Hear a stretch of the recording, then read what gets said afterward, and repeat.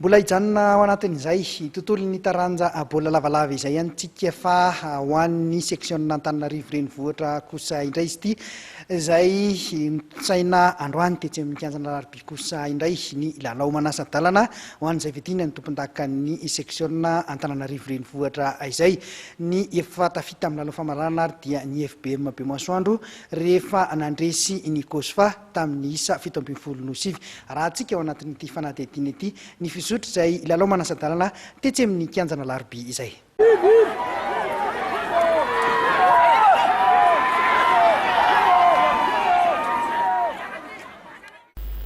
Ny ekipan'ny FBM Beomasoandro sy ny FTA Nandavamamba no hiatrika ny lalao famaranana amin'ny fiadinan'ny tompondakan'ny section Antananarivo renivohitra eo amin'ny taranja baolina lavalava izay nitanterahana tetsy amin'ny kianjana Larbi io tolakandro io ny lalao manasa-dalana. Ity lalao voalohany arahantsika amin'ny sary ity dia ny fihaonana teo amin'ny FBM Beomasoandro sy ny Kosfa. Ny Kosfa eto manao akanjo manga ary ny FBM kosa manao akanjo mainty amin'ny sary. Nazava teto ny fivoahan'ny FBM Beomasoandro mpandresy tamin'ny isa 17.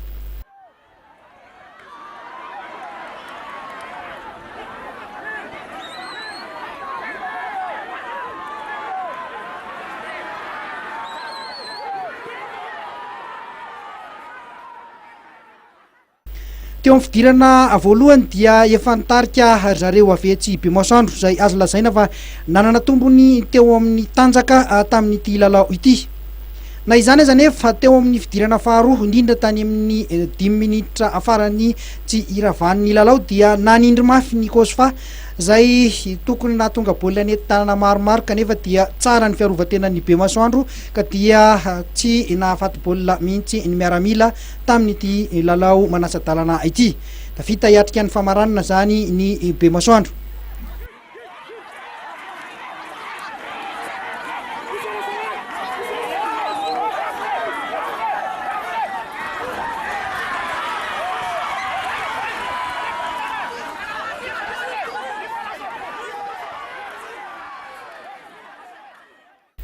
Teo amin'ny lalao manasa-dalana faharoa dia ny FTA Nandavamamba ihany koa izay manao akanjo manga amin'ny sary no tompon'ny anarana rehefa nandresy ny FTA Ananosibe amin'ny manao akanjo mainty amin'ny sary.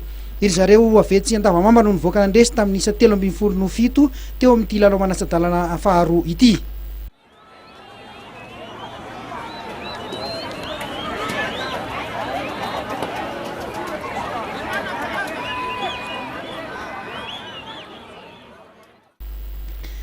Teo amin'ny fidirana voalohany dia zareo avetsy Anosibe no nitarika tamin'ny isa 7. Teo amin'ny fidirana faharoa dia nanova tetikady zareo avetsy Andavamamba nanafainganan'ny lalao ary nitoto tao anaty eva nahitambokany izany ka dia nisesisesy ny baolina matin'izy ireo ka nitoko 17 izy teo amin'izay fidirana faharoa izay.